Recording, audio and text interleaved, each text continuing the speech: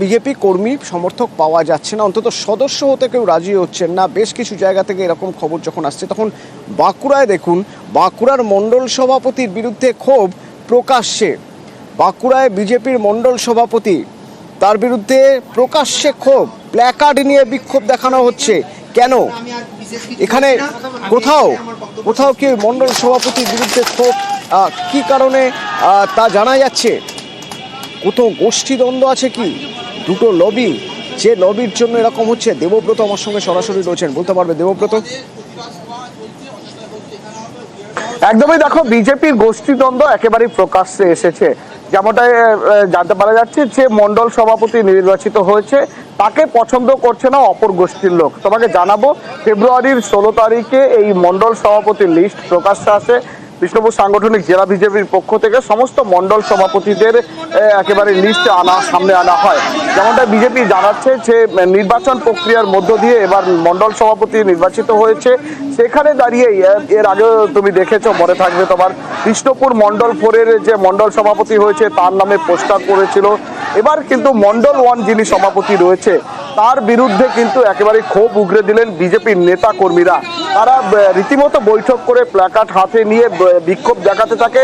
একেবারে প্ল্যাকার্ডে যেখানে উল্লেখ করা হয় এই মণ্ডল সভাপতিকে তারা মানছে না, মানবে না। কারণ হিসাবে তারা দেখাচ্ছে যে এই মণ্ডল সভাপতি তৃণমূলের সঙ্গে আঘাত রয়েছে এবং দলীয় যে কর্মীরা রয়েছে তাদের সঙ্গে সুসম্পর্ক নেই।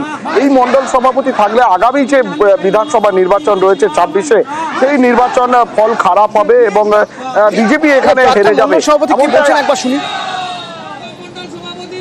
এখন যিনি মণ্ডল সভাপতি তিনি তৃণমূলের সঙ্গে সেটিং করে আমাদের কর্মীদেরকে, বিষ্ণুপুর 1-এর যে কর্মীদেরকে কাউকে পাত্তা দেয় না, বা তাদের সাথে সেটিং করে আমাদের কর্মীদেরকে না ডেকে নিজের মতো করে চালায়। মণ্ডল সভাপতির বুথ 19 নম্বর বুথে এসে আমরা বিক্ষোভ জানাচ্ছি। আমরা এই অযোগ্য মণ্ডল সভাপতিকে মানছি না।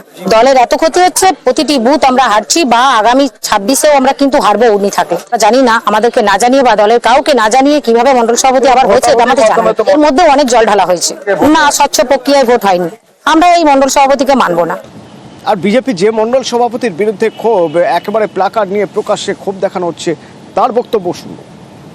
পার্টির কিছুদিন আগে সংগঠন পর্ব অভিযান চলেছিল, সেখানে পার্টির যারা অ্যাক্টিভ কার্যকর্তা তারা ভোট দিয়ে আমাকে মণ্ডল সভাপতি নির্বাচন করেছিল। আমি কিন্তু তাদের ভোটেই নির্বাচিত হয়েছি। অতএব মানবে না বা চলবে না, হচ্ছে না, এগুলো দেখুন, এগুলো পার্টির অভ্যন্তরীণ বিষয়ে বসে কথা বলা যায়। কারণ পার্টির সবাইকে তো সমানভাবে পদ দেওয়া সম্ভব না। এই কিছু মানুষ পদের জন্য এসব নোংরামি করে, কিন্তু এগুলো কোনো ব্যাপার না। এগুলো আমরা দলীয়ভাবে যারা এইসব সমস্যার সৃষ্টি করছেন, আমরা আগামী দিনে তাদের সাথে বসে এগুলো মিটিয়ে নেওয়ার চেষ্টা করব। কিন্তু জেলা নেতৃত্ব, বিজেপি জেলা নেতৃত্ব তো মানতে চাইছে না যে সেখানে কোনো গোষ্ঠীদ্বন্দ্ব আছে। বিক্ষোভ নয়, এগুলো মান অভিমানের ব্যাপার আছে। কোনো সমস্যা থাকে তবে দলের মধ্যে সেটা মিটিয়ে নেওয়া যাবে, এর মধ্যে অসুবিধার কিছু নেই। যদি কারোর কোনো ক্ষোভ বিক্ষোভ থাকতেই পারে, সব জিনিস তো আর সবসময় যে বিচাররূপে চলবে এরকম ব্যাপার নয়। তবে এটা গোষ্ঠীদ্বন্দ্বের আকারে বলা ঠিক নয়। গোষ্ঠীদ্বন্দ্ব নয়, মান অভিমানের কোনো একটা ব্যাপার বটে। আর যেখানে মণ্ডল সভাপতি তৈরি করা যাচ্ছে না, আবার বাঁকুড়া যেখানে প্রকাশ্যে মণ্ডল সভাপতির বিরুদ্ধে ক্ষোভ, আর নতুন জেলা সভাপতির নাম ঘোষণার পর থেকেই দেখা যাচ্ছে বিভিন্ন জায়গায় বিজেপি কর্মী সমর্থকদের তাদের ক্ষোভ। এবং এক্ষেত্রে এই প্রসঙ্গে বলতে গিয়ে সুকান্ত মজুমদার দাবি করছেন যে আসলে এই পুরো ব্যাপারটাই তৃণমূল করছে, দলীয় ক্ষোভ নিয়ে তিনি কোনো রকম গুরুত্ব দিতে চাইছেন না। তিনি দাবি করছেন এইসব বিক্ষোভের পিছনে তৃণমূলের হাত রয়েছে। পাল্টা কুণাল ঘোষের দাবি বিজেপির পুরোটাই দ্বন্দ্বে ভরা। কতগুলো বিক্ষোভ আমার মনে হয় তৃণমূল কংগ্রেস স্পন্সর্ড আছে।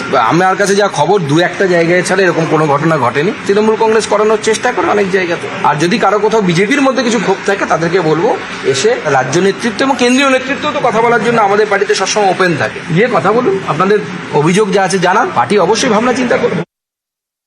সভাপতি ঘোষণা হচ্ছে বিজেপির, মানছে না বিজেপি, বিক্ষোভ দেখাচ্ছে বিজেপি, বলছে তৃণমূল। তাহলে তৃণমূলের এত ক্ষমতা যে বিজেপির মধ্যে ঢুকে তাদের সংগঠনটা তৃণমূল কর্মীরা স্থানীয় তারা চালান। আপনারা তো ওপর থেকেই গোষ্ঠীদ্বন্দ্ব শুরু হয় আপনাদের। দিলীপ ঘোষ বনাম সুকান্ত মজুমদার, দিলীপ ঘোষ বনাম শুভেন্দু অধিকারী, শুভেন্দু অধিকারী বনাম সুকান্ত মজুমদার। ফলে গোটাটাই তো আপনাদের বনামে ভর্তি। তৎকাল বিজেপি, পুরনো বিজেপি আরএসএস বিজেপি সব ভাগ হয়ে আছে, তা তাদের একটা গোষ্ঠী পদ পেলে আর একটা গোষ্ঠী বিক্ষোভ দেখাচ্ছে, তো তৃণমূল কি করবে? বিজেপির পরবর্তী রাজ্য সভাপতি কি হবেন জানা যাচ্ছে। 43টি বিজেপি জেলা সভাপতি ঘোষণার পরে, নাম ঘোষণার পরে তারপরে প্রক্রিয়া শুরু হবে। এখনো পর্যন্ত দুটো নাম ভেসে আসছে, আরও বেশ অনেকেই রয়েছেন পাইপলাইনে। কি হতে পারে, কে হতে পারেন পরবর্তী বিজেপি রাজ্য সভাপতি, এই সবটাই হয়তো স্পষ্ট হয়ে যাবে মার্চের শেষে, কারণ মার্চের শেষে বঙ্গ সফরে আসছেন অমিত শাহ। বছর ঘুরলে রাজ্যে বিধানসভা নির্বাচন, তার আগে রাজ্য বিজেপির সাংগঠনিক নির্বাচন, জেলা সভাপতি ঘোষণার পর রাজ্য সভাপতি নির্বাচন। কে হবেন বঙ্গ বিজেপির পরবর্তী সভাপতি? লড়াইয়ে আপাতত দুজনের নাম শোনা যাচ্ছে। বর্তমান রাজ্য সভাপতি সুকান্ত মজুমদার, পুরুলিয়ার সাংসদ জ্যোতির্ময় সিং মাহাতো। এছাড়াও একাধিক নাম উঠে আসার সম্ভাবনা। বিজেপির রাজ্য সভাপতি নির্বাচনে সব জেলা সভাপতির ভোট মাস্ট, এটাই নিয়ম। এ রাজ্যে বিজেপি 43টি সাংগঠনিক জেলা। 43 জন জেলা সভাপতির নাম চূড়ান্ত হলেই বিজেপি রাজ্য সভাপতি নির্বাচন হবে। সম্প্রতি 25 জেলা সভাপতির নাম ঘোষণা করেছে বঙ্গ বিজেপি। নিয়ম অনুযায়ী 22 জন জেলা সভাপতির নাম ঘোষণা হলেই রাজ্য সভাপতি নির্বাচনের প্রস্তুতি শুরু করা যায়। সেই অনুযায়ী এগোচ্ছে বঙ্গ বিজেপি।